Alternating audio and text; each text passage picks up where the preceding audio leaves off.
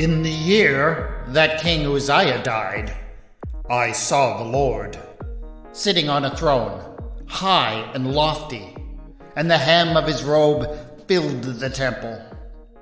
Seraphs were in attendance above him. Each had 6 wings. With 2 they covered their faces, with 2 they covered their feet, and with 2 they flew.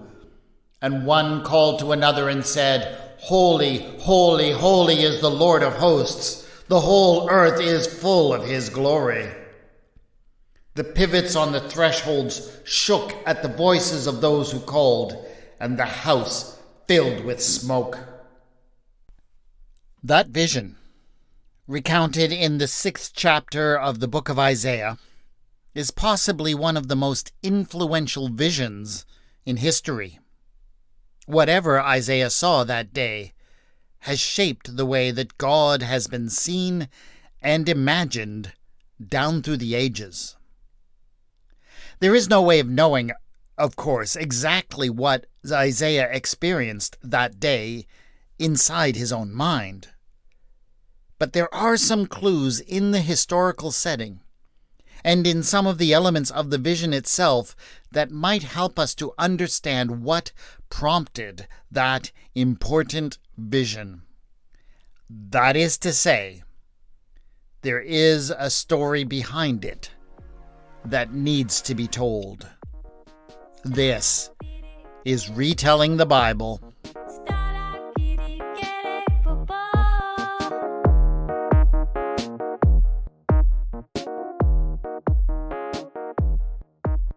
Episode 5.12. Isaiah was bored.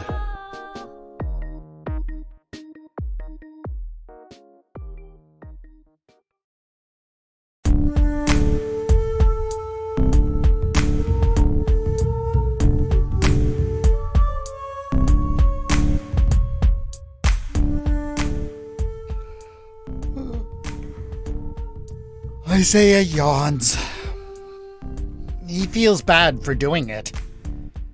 He can see his parents shooting dark looks at him from the opposite side of the room. But he really can't help it. This ceremony just seems to keep going on, and he is bored. He just wants it to be over and for the people to move on to the feast. I guess you can't really blame Isaiah for being bored. He is hardly the first person in the history of the world to be bored during a religious service that has gone on too long. And he certainly won't be the last. And it doesn't help that Isaiah is still a young man with the common affliction of impatience that many young people have. But it is also more than that. It is also that this whole ceremony seems to be a meaningless farce. All of the leading citizens of the city of Jerusalem have come together at the temple to witness the enthronement of the new king, Jotham, son of Uzziah. It is supposed to be an exciting and magnificent event, full of pomp and circumstance, and even a little bit of suspense, with everyone wondering whether or not Jotham will be accepted as king by Yahweh and his priests. But everybody knows how meaningless all of that is. Jotham has already been running the entire government of the nation for over a decade during his father's illness. All of the ministers and the priests are already beholden to him. This ceremony is going to change nothing in the day-to-day reality of everything about the kingdom. And yet, The people are expected to ooh and ah at the spectacle and pretend like this is the most important thing that has ever happened in Jerusalem. Isaiah just can't help but find the whole thing so ridiculous. But there King Jotham is, high and lifted up on a raised platform that has been built just for this occasion. He is wearing the most sumptuous robes imaginable, with a train so long that it wraps around and around the temple several times. 4 high-ranking attendants hover over him as he sits, like flies circle over a cut of meat in the marketplace. They also wear gorgeous robes with long sleeves and hems, but, of course, each one has carefully dressed so as not to outshine the king. They flatter him, telling him how great he is, and they repeat every flattery 3 times. Mighty, mighty, mighty is the Lord our King Jotham. The whole earth is full of his glory. Isaiah rolls his eyes every time he hears such effusive praise. It is not just the plodding pace of the ceremony that is making Isaiah feel so weary, however. It is also the infernal incense. The priests have filled every pot they can find with the stuff, and it is sending up great clouds of smoke, so much so that it has become difficult to even see the other side of the hall.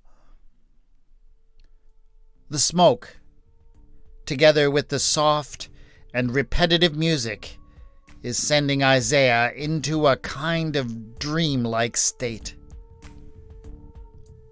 Presumably, the clouds of incense are supposed to make the people feel that they are closer to the presence of Yahweh in his heaven.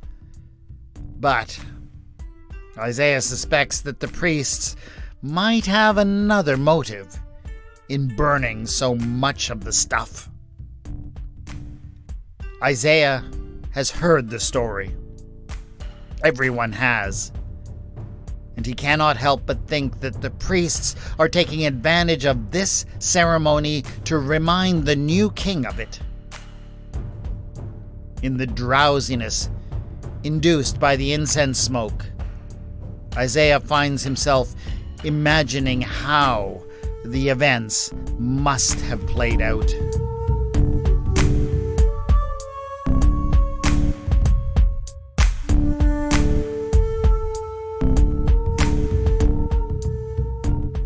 It all happened over a decade ago, but nobody has really stopped talking about it ever since.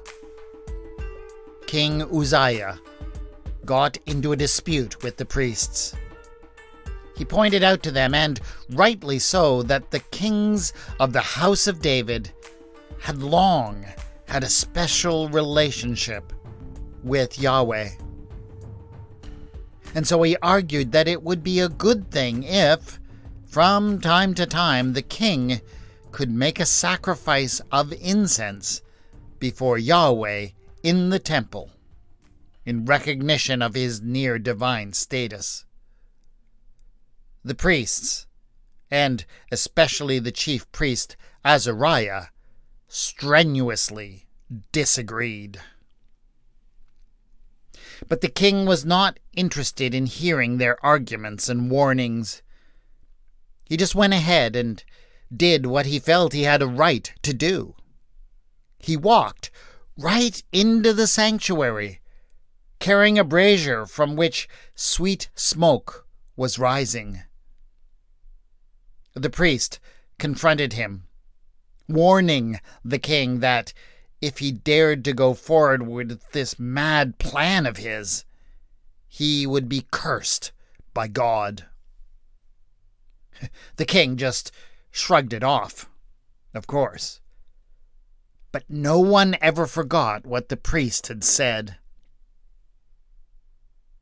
King Uzziah woke up one morning, weeks later, to discover white blotches on his forehead.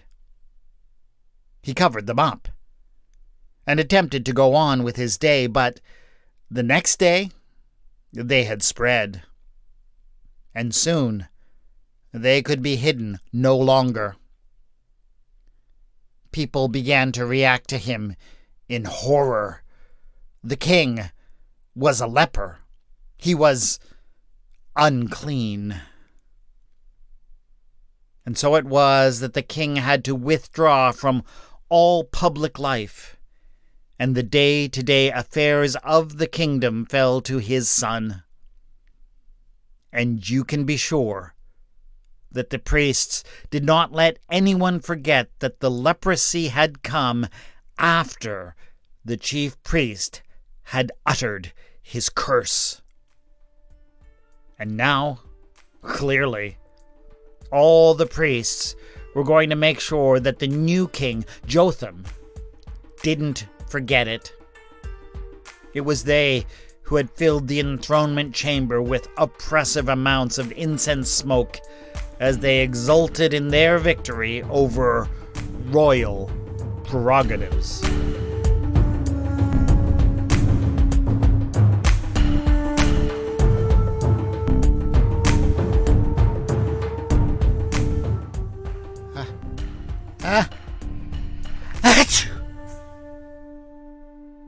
The smoke-induced sneeze suddenly pulled Isaiah out of his reverie, and he forced his attention back to the spectacle that was being played out upon the dais. It seemed that the hovering attendants had progressed in their praise of the new king. They had now moved on to proclaiming that he was holy, that he was set apart from all other normal human beings. Holy, holy, holy is the Lord our King Jotham. They cried out even louder than they had yet cried. The whole earth is full of his glory. Isaiah could tell from the angry looks on the faces of the priests that they were not happy to hear such rhetoric from the royal court. They had begun to argue that holiness was a description that should be reserved only for priests who had been consecrated. It had been a sore point in their relationship with Jotham's father, and it looked like it would continue to be with his son. Suddenly, Isaiah was completely distracted from the ongoing struggle for authority between the monarchy and the priesthood, however. The shouting from the attendants and the ever-increasing volume of smoke had triggered something in him. He found himself staring at the thresholds of the temple, and suddenly he had the strange and yet distressingly familiar sensation that they were shaking violently, that the whole earth was shaking.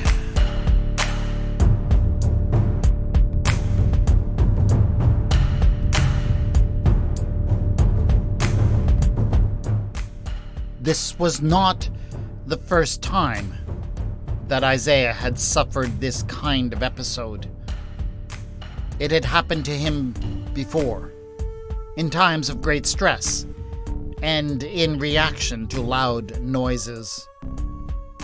These kinds of situations made him return to the most traumatic moment he had ever experienced. Isaiah's first memory was of when the great earthquake struck his city. A young boy at the time, he had been alone in the house, and had been terrified as the ground shook, pieces of ceiling fell, and the furniture tumbled. He had been sure that it was the end of the world.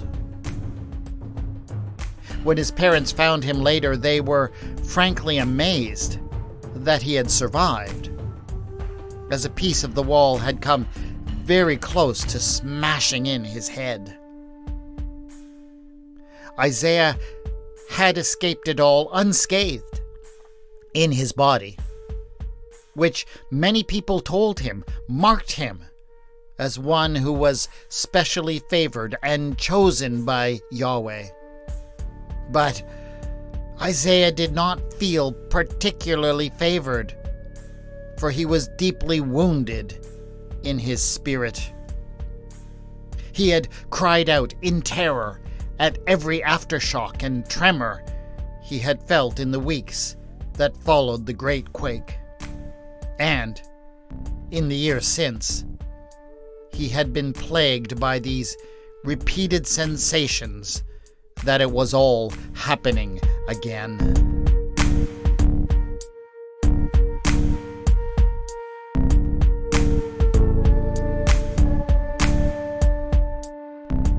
As it had sometimes done before, this sensation that he was in another earthquake took Isaiah out of himself.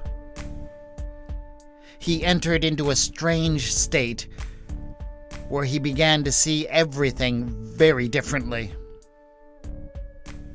As he looked now towards the platform where the king was enthroned, which suddenly seemed much higher than it had before, instead of the king's attendants, he saw cherubim, strange, unearthly creatures, and the flapping sleeves and hems of the attendants were transformed into wings that covered their faces and feet and allowed them to hover in the air. And as Isaiah turned his gaze to the man who sat on the throne amongst them, he realized that it was no longer Jotham who sat there. It was not a man, but a god. And the train of his robe was now so long that it filled the entire temple. Isaiah was suddenly filled with dread. He had seen Yahweh, and no one could see Yahweh and live. He jumped and cried out, greatly disturbing the people standing near him, and even waking up one young man behind him. But, as people often do in this kind of situation, most of them just decided to pretend as if nothing had happened. Isaiah did not have that luxury. He was terrified. His heart was filled with only one thought. Woe is me! I am lost! For I am a man of unclean lips, and I live among a people of unclean lips. Yet my eyes have seen the King, Yahweh Sabaoth. Isaiah was completely beside himself. But his strange vision was not yet finished. As he watched, one of the cherubim flew over to one of the braziers where the incense burned. It took some tongs and picked up a hot, burning coal. It then flew over to where Isaiah stood, and he felt a burning sensation as the hot coal was pushed against his own lips. And then the creature spoke to him in a strange, hissing voice that Isaiah heard only inside his own head. Now that this has touched your lips, Your guilt has departed, and your sin is blotted out. And it was as if a great burden was lifted from Isaiah's shoulders. And because of that, when Isaiah heard the voice of Yahweh booming from the platform and saying, "Whom shall I send? And who will go for us?" he was not afraid, as he would have been but moments before. Instead, he spoke up boldly and, much to the shock of everyone else around him, "Here I am," he cried. "Send me." And it was from that day forward that Isaiah was recognized by all who knew him in Jerusalem as one who saw the truth like few others, as one of the prophets.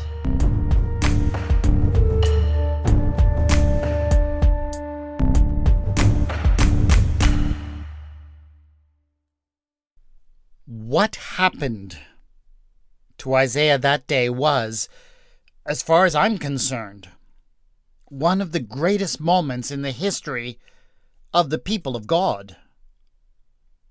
It was a vision. That is to say, it was something that happened entirely within Isaiah's own mind. But I have a conviction about visions. I would argue that just because something happens entirely inside somebody's mind, that doesn't necessarily mean that it is not real. And it certainly doesn't mean that it isn't true. Isaiah gained deep insight into the nature of God that day, and what he saw has greatly influenced how we conceive of God to this very day.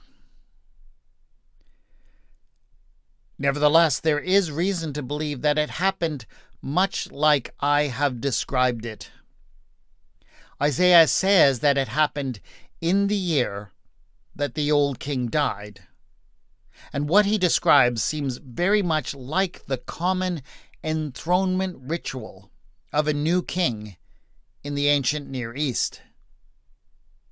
There is every reason to believe that he saw this vision while he was attending the enthronement of the new king. We also know from the book of Chronicles that there had been an incident in the temple some 10 years earlier when the new king's father had tried to sacrifice incense, and shortly afterwards he had been afflicted with leprosy and forced to hand the reins of government over to his son. There had also been a massive earthquake during the reign of Uzziah. It is mentioned by the prophets Amos and Zechariah, and has been confirmed by archaeologists, who estimate that the quake must have been about an 8 on the Richter scale. Can you imagine just how frightening that would have been to those people who did not even understand how such things could happen? And if Isaiah, years later, was having visions that included shaking thresholds at the temple, I don't think it's a huge stretch to suggest that it is quite likely that Isaiah was suffering from some post-traumatic symptoms after what he had experienced in that earthquake. I find Isaiah's vision to be enormously fascinating. But you might well ask, what does what he saw have to teach us? I think there is a lesson in his experience. I do think there is every reason to assume that when Isaiah saw what he saw, he was a man who was deeply disturbed by some of the things that he had lived through. He struggled with post-traumatic stress, and perhaps some sort of dissociative disorder. At least, that's what the initial part of his vision sounds like to me. Isaiah had been damaged by the events of his life, just like all of us, to various degrees, have been affected by the things that have happened to us. But we see here that Isaiah's unique traumas and experiences put him into a frame of mind and position that allowed him to see God in a truly unique way that continues to affect how people think of God to this very day.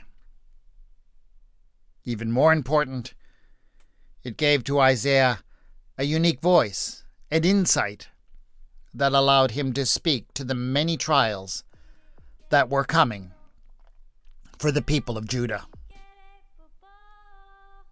That is it for this episode of Retelling the Bible. Please subscribe so you can get the next episode in a couple of weeks. A 5-star rating and review on Apple Podcasts or some other podcasting platform is a great way to help other people find this podcast. The theme music for the podcast is Ada. The mood music for this episode is Indore. The music is by Kevin MacLeod, is licensed under the Creative Commons, and can be found at incompetech.com. You can contact me on Twitter at Retelling Bible, on the Facebook page Retelling the Bible. Show notes for this episode have been posted at retellingthebible.wordpress.com. This is Retelling the Bible, and I have been your storyteller, W. Scott McCandless.